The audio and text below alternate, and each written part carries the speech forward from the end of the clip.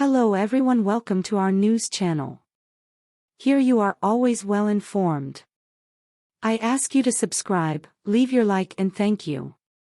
Kamala Harris, who made history as the first woman or person of color to serve as vice president, made history again Wednesday as she matched the record for most tie-breaking votes in the U.S. Senate. The vote, her 31st, advanced the nomination of Kalpana Kotegal to the Equal Employment Opportunity Commission.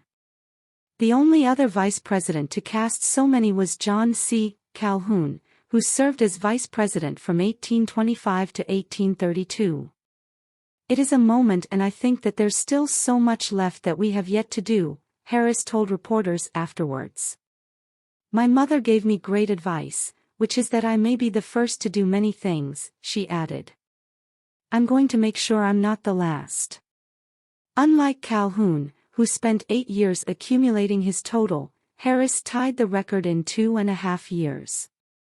It's a reflection of her unique circumstances, with a narrowly divided Senate and a sharply partisan atmosphere. It really says more about our time, and our political climate, than it does about anything else, said Joel K. Goldstein, a vice presidential historian. Our politics is so polarized that, even on the sort of matters that in the past would have flown through, it takes the vice president to cast a tie-breaking vote. The occasion was hardly memorable or particularly ceremonial. Harris spent only a few minutes in the chamber, reciting a brief script to record her vote, and then received congratulations from Senate Majority Leader Chuck Schumer, a New York Democrat. Under the Constitution, presiding over the Senate and breaking ties is one of the only constitutional duties of the vice president. Schumer described it as an immense burden, and he said Harris has carried out her duties with supreme excellence, in the midst of all the other demands she faces in her job.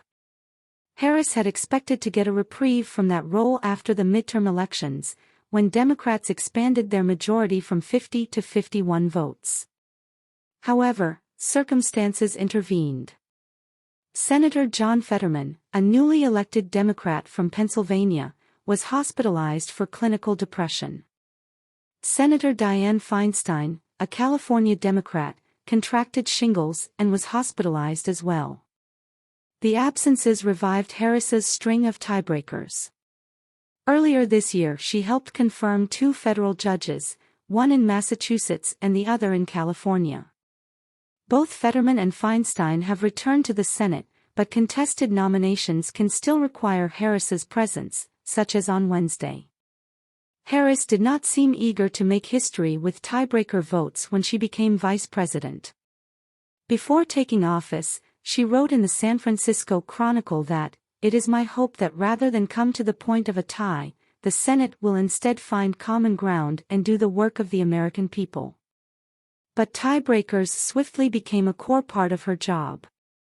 The task could prove frustrating at times, limiting her travel and keeping her tethered to unpredictable events on Capitol Hill.